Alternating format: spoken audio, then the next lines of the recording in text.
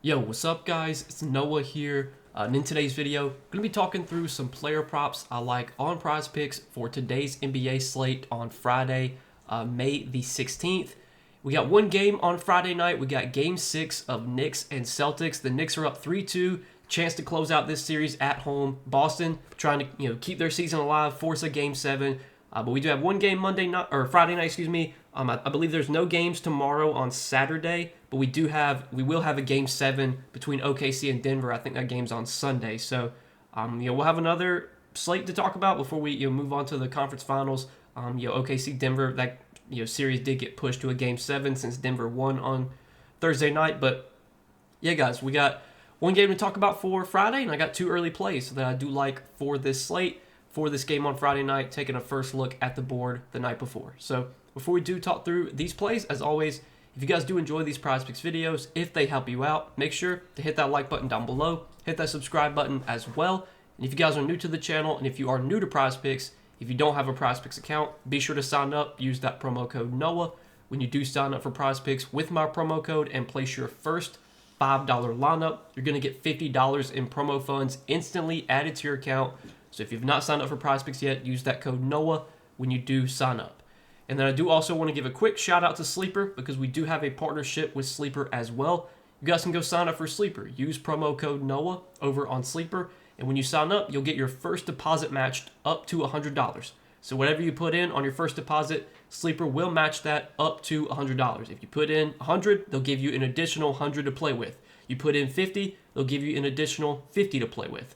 But again, whatever you deposit on that first deposit is matched up to $100. And if you guys don't know what Sleeper is, they're just a DFS pick'em app. They're very similar to Prizepicks. You pick more or less on projections. You build out your lineup. You can do multi-sport lineups on Sleeper. You can mix and match sports. You can win up to 100x your money. One of the biggest benefits of playing on Sleeper is that they do a lot of promotions, a lot of discounts throughout the week. They give out discounts on player props. They give out payout boost on certain props. They give out protected plays. They give out payout boosts on like your lineups, where you're basically you put together a lineup and the payouts boosted on that. So they're giving out payout boosts on lineups. They're giving out payout boost on specific props.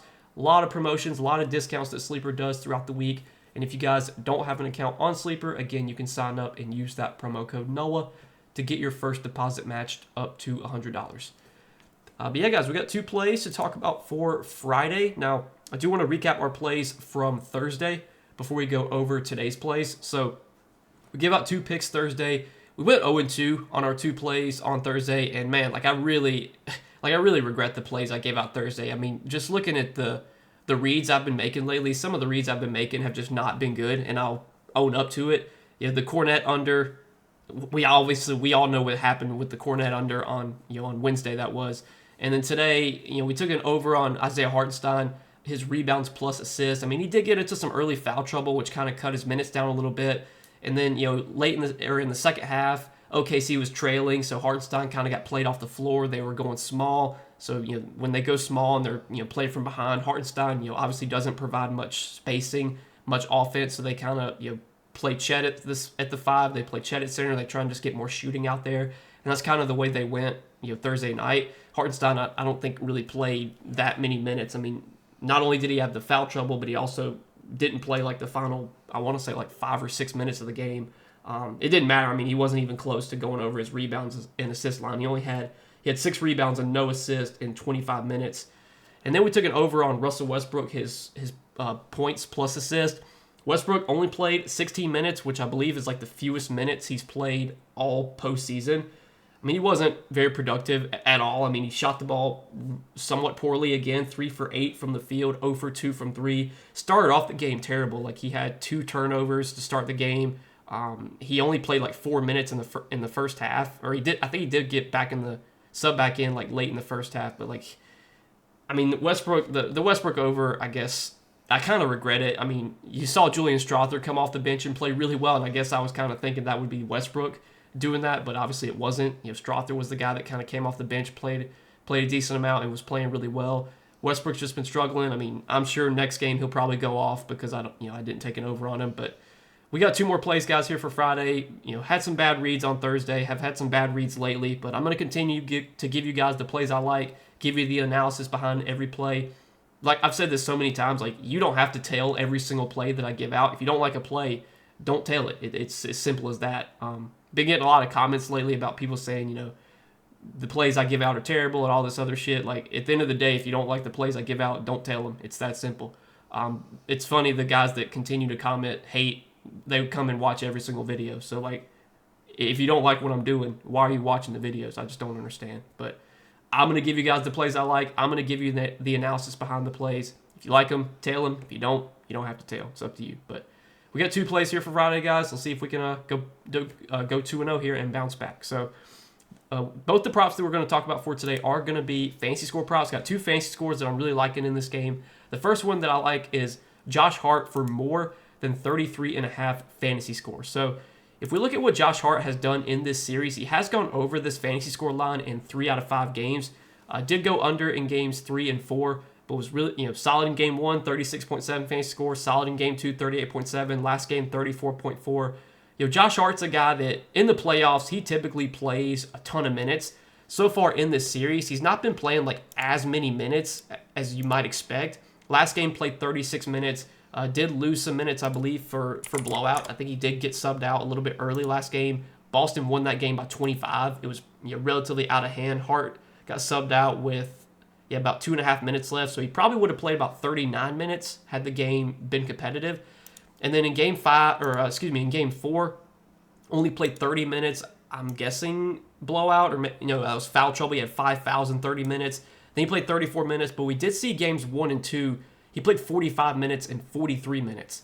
Hart is a player who, Tibbs, the Knicks coach, he loves Josh Hart. Like, he plays him a ton of minutes. Last season in the playoffs, I think Josh Hart averaged like 42 minutes per game. And there were some games Josh Hart would play like the entire game. He wouldn't even sub out. Obviously, this is a massive game for the Knicks. I mean, if you're the Knicks, you got to basically be treating this like a do or die. You do not want to have to go and play a Game 7 in Boston. So I'm expecting the Knicks to really lean heavily on their guys here. I think we're going to see 40-plus minutes from Josh Hart. I think we're going to see 40-plus minutes from Jalen Brunson, 40-plus minutes from Mikal Bridges, probably 35-plus from OG, probably 35-plus from Cat. And then, the bench guys will probably just get like whatever minutes are left. But I'm expecting a ton of minutes here for Josh Hart. It's obviously assuming the game's competitive. Even if the game's a blowout, we know Tibbs is a coach that, if it's a blowout either way, if the Knicks are up big, if Boston's up big, like Tibbs is a coach, he doesn't pull the plug super early. Like he'll play his guys to the final few minutes, even in blowouts. So I think Josh Hart has a floor of like 35, 36 minutes here. And if no foul trouble, no blowout, he could play 42, 43 minutes. And Josh Hart's a guy that we can typically expect to average about a fantasy point per minute. He's averaged a fantasy point per minute this season.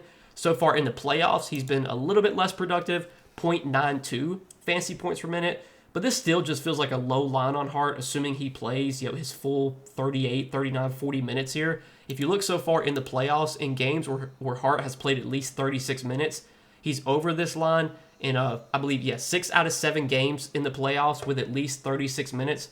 Hart has gone over this fantasy score line. A lot of the games where Hart went under, he didn't play full minutes either just because of blowout or foul trouble. Hart has dealt with foul trouble so far in the playoffs, but he's typically not a guy that really gets in foul trouble much. Obviously, knock on wood, we hope he doesn't get in foul trouble tonight. But typically, you can bet on Hart playing huge minutes. Pretty much a must-win game for the Knicks. At least it feels like it.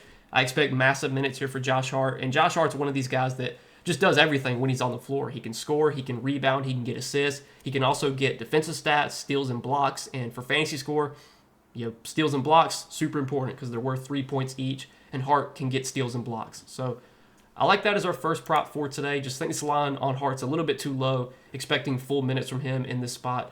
And then the other play that I like on the Boston side is going to be Peyton Pritchard for more than 25.5 fantasy score. So Peyton Pritchard was really good last game, had 30.5 fantasy score, came off the bench, played huge minutes, 39 minutes last game.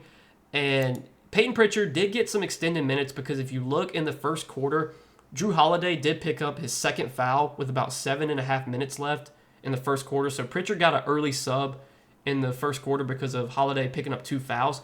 But even if after Holiday picked up 2 fouls and Pritchard subbed in, Pritchard played out. He played out the rest of the first quarter, and he played the entire second quarter. So he played like almost 20 minutes in the first half. even coming off the bench. And then if we look in the second half, Pritchard did get an early sub in the second half because Al Horford picked up his 4th foul with like 2 minutes into the third quarter. Pritchard subbed in for Horford, played the rest of the third quarter, and then probably would have played the entire fourth quarter, but he did get subbed out early because the game was a blowout, subbed out with about 2.5 minutes left. Obviously, there's no Jason Tatum, and it looks like Peyton Pritchard's going to be the guy that picks up a lot of those minutes that Tatum was getting. Even though they're technically not like the same position, Boston's a team that they don't really run a very deep rotation. They're only going to play probably 7 or 8 guys. They're going to have their 5 starters. They're going to have their 2 to 3 guys off the bench, and that's pretty much going to be it. So I'm expecting pretty big minutes here for Peyton Pritchard, even coming off the bench. Again, played 39 minutes last game. He could play like 35, 36 minutes here, even if he does come off the bench. Pritchard's a player that has historically been able to handle playing really big minutes if he needs to. And Pritchard's a guy that can be productive when he gets minutes. This season, he's averaged 0.91 fantasy points per minute. And if you look at the minutes that he's played without Jason Tatum, he's averaged over a fantasy point per minute in the minutes that he's played without Jason Tatum. And if you look at the games that Pritchard has played without Tatum this season, he's over this fantasy score line in 6 out of 10 games without Tatum this season. Pritchard's over this line. But if you look at the games where he played at least 30 minutes, he's over in 5 out of 6 games, he's over in 6 out of 7 games playing at least 30 minutes. I think I counted that wrong. Let's see, 1, 2, 3, 4, 5, 6. So 6 out of 10 games with at least, he's over in 6 out of 10 games without Tatum. And then when playing at least 30 minutes, he's over in 2, 3, 4, 5, 6. 6 out of 7. So pretty much when Pritchard's played at least 30 minutes without Tatum, he's been really productive. These are his fantasy points when he's played at least 30 minutes without Tatum. 42.7, 45.8, 17.8, 30, 34.8, 51.9, 62.5.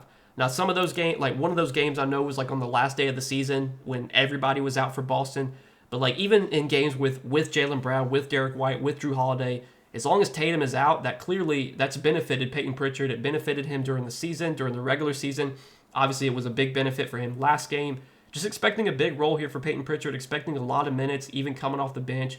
And this is a player that can be productive when he gets minutes. And if we get anywhere near the 39 minutes that we got last game from Pritchard, which I think we definitely could get close to that number. I don't know if he'll play 39, but I think he could definitely play like 33, 34. If we get over 30 minutes from Pritchard, with how productive he is as a producer, averages about a fantasy point per minute without Tatum on the floor, I feel like this fantasy score line of 25.5 is a bit low on Pritchard. So I do like this play as our second play for today. In this game, we're going to take Peyton Pritchard for more than 25.5 fantasy score. So we got 2 props for Friday, guys. Like these plays a lot for this game on Friday night. I think if we get a good competitive game and these guys play their full minutes, if Hart plays close to 40 minutes, if Pritchard plays over 30 minutes, feel pretty good about both these guys going over these fantasy score lines. So that's what we're going to roll with as our 2 props for Friday. Let's see if we can bounce back here, go 2-0 on these 2 plays. As always, do appreciate you guys watching these Prizepicks videos, supporting the content. Hit that like button down below. If you guys do enjoy these videos, hit that subscribe button as well. And if you guys are new to the channel, and if you don't have an account over on Prizepicks, be sure to go sign up. Use that promo code NOAH. And when you guys do sign up for Prizepicks with my promo code, place your first $5 lineup. You're going to get $50 in promo funds instantly added to your account. So check out Prizepicks if you have not yet. But good luck, guys. Let's win some money tonight, and I'll see you guys in the next video.